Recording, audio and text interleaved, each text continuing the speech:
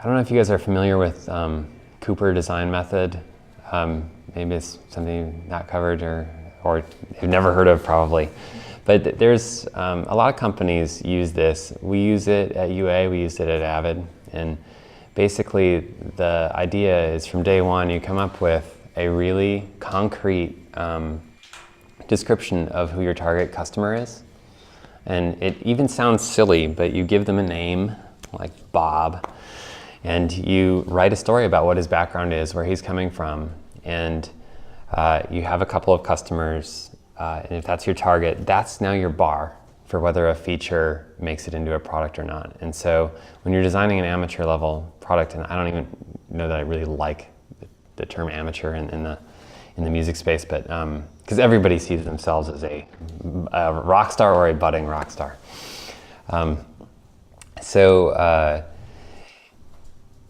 Those personas, they're called, are your bar for whether this feature makes it in, and you have to be really really brutal about, somebody may come to the table with a really good idea of like, oh, that's a really cool feature, some power user would want that, and you have to go back, and those personas have to be written down, and you look at them and you say, are we making this person's life easier by adding that feature? And if you're not, it's a different product, and you write it down, you store it for later.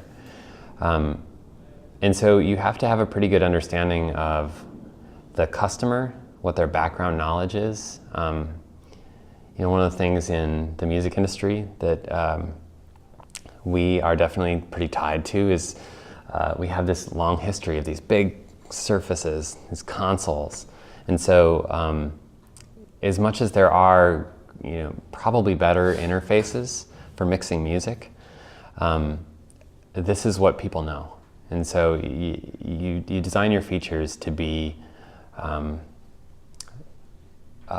to seem somewhat familiar, even if it's a different surface or whatever. So, and if your company's big enough, you have human interface designers, user interaction, people who are really focused on this more than engineering.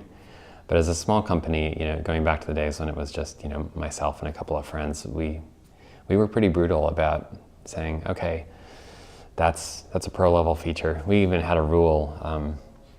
I was working on a product called RiffWorks. We're like, no waveforms.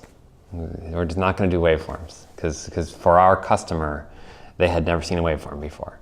It was so even though I think people even laughed at us a little bit for not having waveforms in an audio application. It was like, no, that's a different customer. You're making an assumption that they've used something else before, and we were trying to make a product that was for somebody who had used a guitar, not a DAW.